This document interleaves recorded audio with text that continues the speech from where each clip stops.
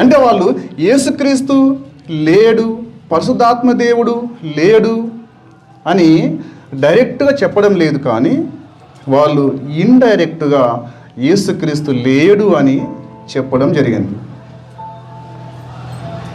అంటే తండ్రి అయిన దేవుడు ఒక్కడే ఉన్నాడు, తండ్రి అయిన దేవుడే ఒకసారి యేసుక్రీస్తుగా, ఒకసారి పరిశుద్ధాత్మగా తన మహిమను మార్చుకుంటున్నాడు అని చెప్తున్నారు. అంటే ఒకటే వ్యక్తి మహిమను మార్చుకుంటున్నాడు అంటే ఇంకా ఇద్దరు లేనట్టే కదా. అర్థమవుతుందా? ఒకటే వ్యక్తి మహిమను మార్చుకుంటున్నాడు అని అంటే ఇంకా ఇద్దరు అనగా వ్యక్తులు, శక్తులు వీరు లేనట్టే కదా.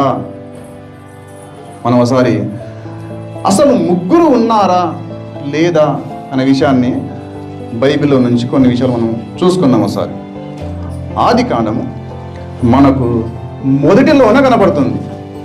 ఏమని? ఆదియందు దేవుడు భూమి ఆకాశములను కలుగచేసెను అని చెప్తూ దేవుని ఆత్మ జలములపై అల్లాడుచుండెను అనే మాటను మనం ఇక్కడ చూస్తున్నాం. అసలు దేవుని ఆత్మ అంటే ఎవరు? దేవుడై ఉన్న ఆత్మనా, దేవుని ఆత్మనా? అంటే ఇక్కడ పరిశుద్ధాత్మ. పరిశుద్ధాత్మ దేవునికి ఏమని పేరు ఉంది? దేవుని ఆత్మ అనే పేరు ఉంది. ఇంకొక రెఫరెన్స్ చూసుకుందాం. అంటే ఇక్కడ ఇద్దరు కనపడుతున్నారు అనేది మాత్రము మనసులో ఉంచుకునండి. ఏమని? దేవుడు కనబడుతున్నాడు, దేవుని ఆత్మ కనబడుతుంది. అదే 1వ అధ్యాయం 26వ వచనం చూడండి ఒకసారి. దేవుడు మన స్వరూపమందు మన పోలిక చొప్పున నరులను చేయదము. ఇక్కడ ఏమంటున్నాడు? మన స్వరూపమందు మన పోలిక చొప్పున. అంటే అసలు దేవుడు ఒక్కడే రూపాలను మార్చుకుంటున్నాడు అనే వారికి ఈ రెఫరెన్సులు కనిపించడం లేదా అనేది మనం ఒకసారి పరిశీలన చేస్తున్నాం. ఇక్కడ అసలు మన అనే మాటను ఎందుకు పలుకుతున్నాడు? దేవుని దగ్గర ఎవరున్నారు?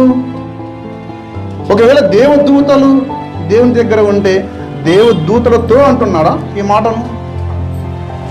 ఆలోచించాలి. దేవుని దగ్గర దేవదూతలు ఉంటే దేవదూతలతో అంటున్నాడా? అసలు దేవదూతలు మన పోలికలో మన స్వరూపంలో ఉన్నాయా? ఎలా?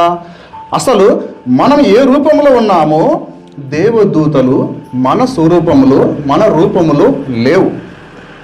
అంటే దేవుని రూపంలో లేవు, మనిషి రూపంలో కూడా దేవదూతలు లేవు. కాబట్టి ఇక్కడ ఎవరి గురించి చెప్తున్నాడు? ఇక్కడ మన స్వరూపమందు మన పోలిక చొప్పున అని అంటున్నాడు. అంటే అక్కడ ఒకరికి మించి ఎక్కువ మంది ఉన్నారు అని మనకు అర్థమవుతుంది. ఆదికాండం 3వ అధ్యాయము 22వ వచనం. అప్పుడు దేవుడైన యెహోవా ఇదిగో మంచి చెడ్డలను ఎరుగునట్లు ఆదాము మనలో ఒకని వంటి వాడు. అంటే ఒకనికి మించి కనబడుతున్నారు. ఆలోచించండి అని చెప్తున్నాం. అదే ఆదికాండము 11వ అధ్యాయం 6వ వచనం. అప్పుడు యెహోవా ఇదిగో జనము ఒక్కటే వారందరికీ భాష ఒక్కటే వారు ఈ పని ఆరంభించి ఉన్నారు.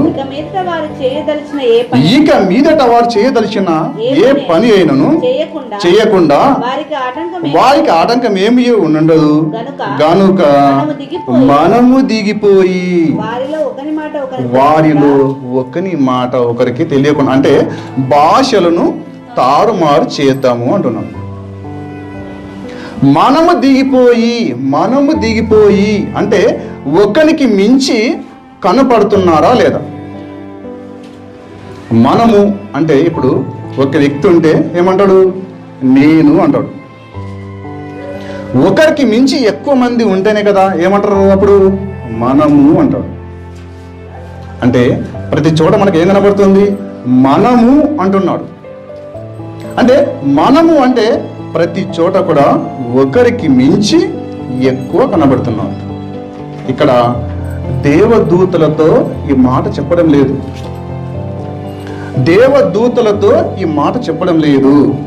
కాబట్టి మనం ఇక్కడ మనము అనే మాటను జాగ్రత్తగా ఆలోచించాలి. ఇంకొక మాట చూసుకుందాం. అదే ఆదికాండము 19వ అధ్యాయము 23వ వచనం. లోతు సోయార్కు వచ్చినప్పుడు ఆ దేశమున సూర్యుడు ఉదయించెను. అప్పుడు యెహోవా సొదొమ మీదను గొమొర్రా మీదను యెహోవా యొద్ద నుంచి గంధకమును కురిపించాను. ఇక్కడ ఇద్దరు కనబడుతున్నారు. మళ్ళీ చదవండి ఒకసారి. అప్పుడు యెహోవా సొదొమ మీదను గొమొర్రా మీదను యెహోవా యొద్ద నుంచి, అంటే ఒక యెహోవా కనపడుతున్నాడు. ఒక యెహోవా ఈ భూమి మీద ఉన్నాడు. ఇంకొక యెహోవా యొద్ద నుంచి గంధకమును అగ్నిని కురిపించను అన్నాడు. ఇక్కడ ఎవరు కనబడుతున్నారు? ఇక్కడ ఇద్దరు యెహోవాలు కనబడుతున్నారు. అసలు యెహోవా అనే పేరు దేవదూతలకు ఏమైనా ఉందా? ఆలోచించండి ఒకసారి. యెహోవా అనే పేరు దేవదూతలకు ఏమైనా ఉందా అంటే దేవదూతలకు లేదు, మనుషులకు కూడా లేదు, కేవలము దేవునికి మాత్రమే ఉంది. కాబట్టి ఇక్కడ ప్రతి చోట కూడా ఏం కనబడుతుంది మనకు? ఒకరికి మించి ఇంకా ఎక్కువగా ఉన్నట్టుగా చూస్తున్నాం. యోహాను సువార్త 8వ అధ్యాయము, నేను ఒక్కడనై ఉండక నేనును నన్ను పంపిన తండ్రియు కూడా నున్నాము గనుక నేను తీర్పు తీర్చినను నా తీర్పు సత్యమే, మరియు ఇద్దరు మనుషుల సాక్ష్యము సత్యమని మీ ధర్మశాస్త్రంలో రాయబడి ఉన్నది కదా. అంటే ఏదైనా ఒక తప్పు చేసిన వాడు కానీ పాపం చేసిన వాడు కానీ వాడు దోషి అని అంగీకరించాలంటే ఇద్దరు ముగ్గురు సాక్ష్యం ఉండాలి. దేని ప్రకారంగా? ధర్మశాస్త్రపు ప్రకారంగా. అంటే నిన్ను గూర్చి నువ్వు సాక్ష్యం చెప్పుకుంటున్నావు కాబట్టి నీ సాక్ష్యము సత్యం కాదు. అంటే దానికి అంటున్నాడు ఏమని?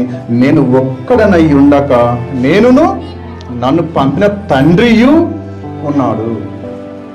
ఇలాంటి రెఫరెన్సులు కొన్ని వందల కొద్ది ఉన్నాయి బైబిల్లో. ఇలాంటి రెఫరెన్సులు కొన్ని వందల కొద్ది ఉన్నాయి. ఏమని? నేను వేరు నా తండ్రి వేరు, నేను వేరు నా తండ్రి వేరు, కానీ మాట ఒక్కటే అనే మాట చెప్తున్నాడు.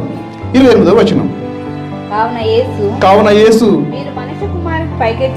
మీరు మనుష్య కుమారుని పైకెత్తినప్పుడు నేనే ఆయననియు నా అంతటా నేనే ఏమియు చేయక తండ్రి నాకు నేర్పినట్లు ఈ సంగతులు మాట్లాడుచున్నానని మీరు గ్రహించెదరు.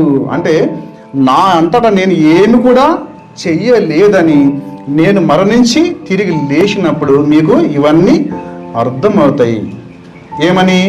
నేను చెప్పిన మాటలు మీకు అప్పుడు అర్థమవుతాయి అని చెప్తున్నాడు. అందుకు యేసు నన్ను నేనే మహిమపరుచుకున్నాను ఎడల నా మహిమ ఒట్టిది, మా దేవుడని మీరెవరిని గురించి చెప్పుచున్నారో నా తండ్రియే నన్ను మహిమపరచుచున్నాడు. అంటే తండ్రే ఇక్కడ నన్ను మహిమపరచుచున్నాడు. ఏం చెప్తున్నాడు ఇక్కడ?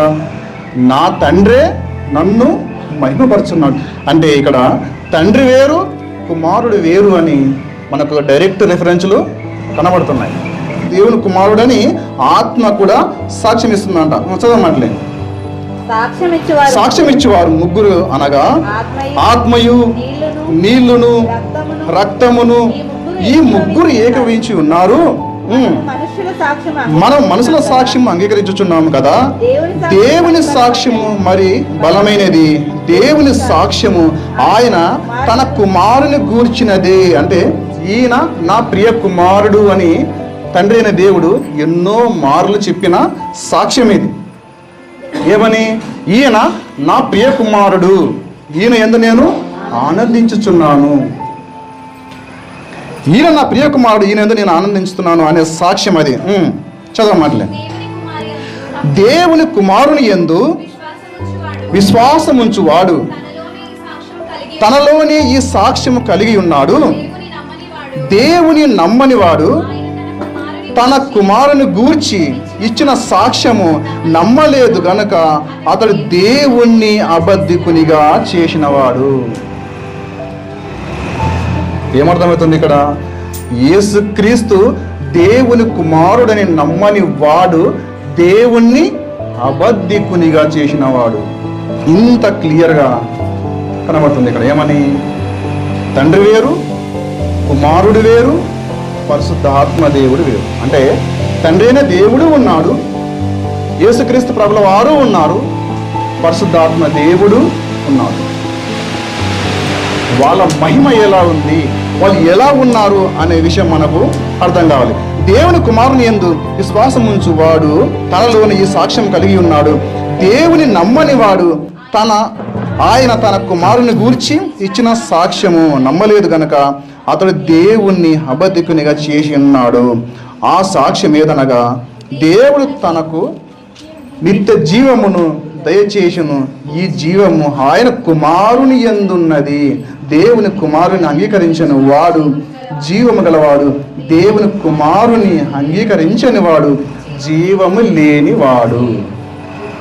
అంటే దేవుని కుమారుని అంగీకరించిన వాడే జీవము గలవాడు, దేవుని కుమారుని అంగీకరించని వాడు జీవము లేనివాడు. యేసుక్రీస్తు తండ్రి అయిన దేవుడు, పరిశుద్ధాత్మ దేవుడు.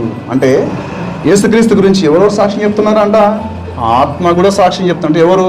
పరిశుద్ధాత్మ దేవుడు. పరిశుద్ధాత్మ దేవుడు సాక్ష్యం చెప్తున్నాడు.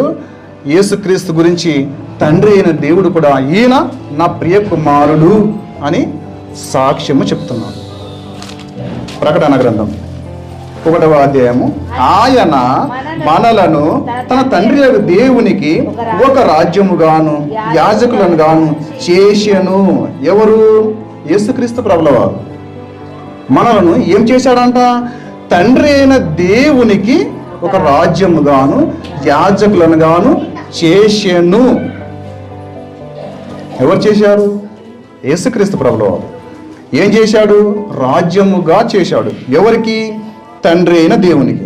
గొర్రె పిల్లకి సింహాసనం లేదా? ఏం కనబడుతుంది ఇక్కడ? సింహాసనం మీద ఉన్న వానికిని గొర్రె పిల్లకును స్తోత్రమును ఘనతయు మహిమయు ప్రభావమును యుగ యుగములు కలుగును గాక అని చెప్పుట వింటిని. ఇక్కడ కోట్ల కొలదిగా దేవదూతలు ఎవరికి మొక్కారు? ఎవరిని ఆరాధిస్తున్నారు? ప్రకృతి కూడా ఎవరిని ఆరాధిస్తుంది? తండ్రి అయిన దేవుణ్ణి, గొర్రె పిల్లను. ఇప్పుడు దేవుడు ఒక్కడై ఉంటే తండ్రి అయిన దేవుణ్ణి మాత్రమే ఆరాధించాలి కదా. ముగ్గురు వ్యక్తులు, ముగ్గురు శక్తులు, ముగ్గురు ఒక్క దేవునిగా మనకు కనబడుతున్నారు.